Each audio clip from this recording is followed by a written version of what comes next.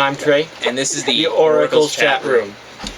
Okay, so last week's Sniglet, the Twisted Headphones one, Noel's one for Shizzler because it's awesome. So now Noel has to use that word anytime he wants to discuss it. Right, and I will maybe. Anyway, so today we're gonna do the mystery ingredients in fast food. We don't know why we did this. We were first trying to find like household ingredients. So we wanted to see like if ketchup cleaners and ketchup and stuff, if they had like in common. They don't. Water. That's about it. Something with glucose and fructose corn syrup. No, there is no high fructose corn syrup in hand soap. You should know. Okay. So instead, we found these mystery ingredients. Yes. And so for instance, they're in bread. There is actually occasionally duck feathers and human hair. And they put that in there because it increases the pliability, so it's easier for an extruder to extrude. It's true.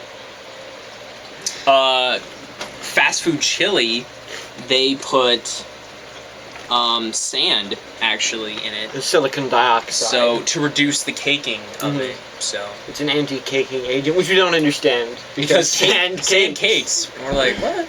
This doesn't make any sense. Then there is in French fry oil they put in a chemical to keep it from foaming. He's gonna read the name. So I'm going to read the name, give you a few seconds to figure out what it must be. Google it. Stop the video, Google it. So here's the name.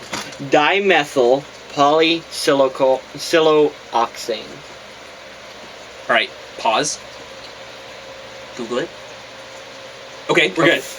It's silly putty. Yep. So it's disgusting. They put silly putty in the oil. In the frying oil. Well, the chemical. They don't actually take a tub of silly putty every morning and add it to keeps the oil. What is it? It keeps it from foaming. From foaming. So no. I forgot to put the word foaming on there. But I knew what it was. In yeast that they put in bread, apparently there's some soil fertilizer. Just as food for the yeast. As food for the yeast, because yeast is kind of like alive, sort of. Yeah, it is alive. That's why it's yeast. Yeah. It produces gas. It's alive. So I think that's all of our food the things. Weird but while we were finding this, we had the word strange in there, in the Google thing, and it said strange addictions. So we decided to click on it. And some of them were normal, like shopping and gaming, exercising, tattoos, and facial surgery was one of them. Yeah, a little weird. But we found some that actually apply to Trey. Yeah. One that applies to Trey. The other one doesn't. No. You don't eat dirt? No. No, the one that applied to Trey was eating ice, actually. Chewing on ice. Yep, chewing ice. It's actually could potentially mean that I have an iron deficiency. And the case, it's... The deficiency itself is called pica, but the word for chewing on ice compulsively is pagophagia. Dictionary.com didn't think it was a real word. So we had no idea. We didn't really cite the sources on this. So. But then also on the list was eating dirt. and or paint. Yep. And feces, cigarette ashes, paper, clay, chalk. And the name for that is geophagia. Which seems really similar. I've never met anyone who eats cigarette ashes. Or dirt. Maybe dirt. Yeah, kids do. Okay. But, our sniglet for today, we're gonna do a reverse sniglet. Not inverse. An inverse sniglet would be an anti-sniglet. Yeah, it would be making up a new definition for a word that already exists. Okay, so we're doing a reverse sniglet. We're giving a word, and then we're each gonna come up with a definition for it. The word that we came up with, actually, my friend made it up. Kenny Burge.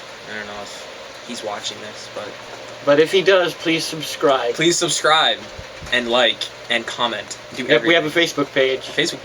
The word is kerm. And so we're both coming up for a definition for the word, and you guys can vote on it. I think Trey's definition of the word. Was cur, like a bad dog with an M on the end. So cur. Curs. Mine was a person who's boring and very douchey. Which is probably a more accurate definition, but mine I think is funner. So we'll put them up on our Facebook page, and you guys comment, and we'll see who wins. Yep. And Over the horizon. there lies a fan of fate waiting to chop your poodle. What?